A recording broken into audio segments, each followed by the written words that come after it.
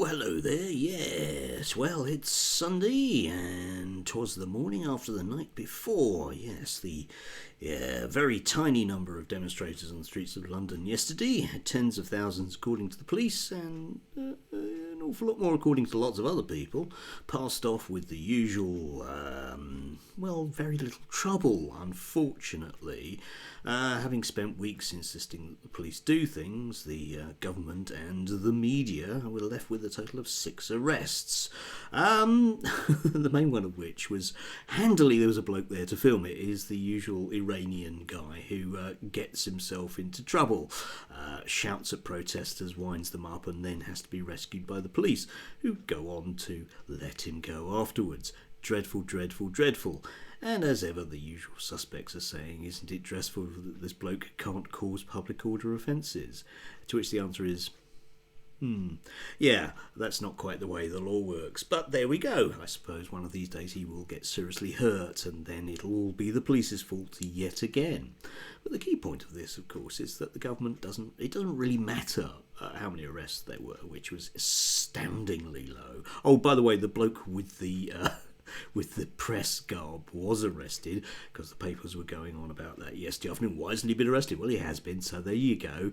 Yes, whatever you want next, just lay it all out. Yeah, the woman with the funny poster, yeah, let's arrest her. Yeah, anyone chanting anything, yeah, let's arrest them. Anyone on the demonstration, yeah, let's arrest them. Whatever. Anyway, today we have Michael Gove, who will no doubt be doing the rounds, to tell us all about what glorious plans they have to ban extremism.